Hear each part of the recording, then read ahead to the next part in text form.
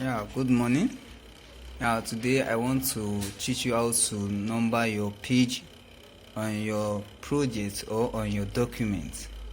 Now, if you want to number your project, the first thing you do is to go to Insert. Go to Insert. Up here you will see Home, then you will see Insert. Then you click it. When you click Insert, then you will see the page number here.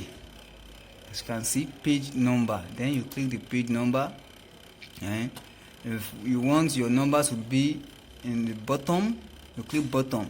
If you want to be on top edge, then you click it. And if you want it to be on left edge, you click it. But what I need here is bottom, which is common. Bottom. Then you click bottom. As you can see, it has numbered already. This page I am is page 16. And if you want to go to page 1, this is page 1.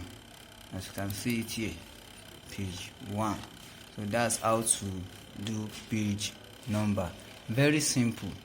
Thank you very much. Thanks for watching. Don't forget to subscribe to my channel. God bless you.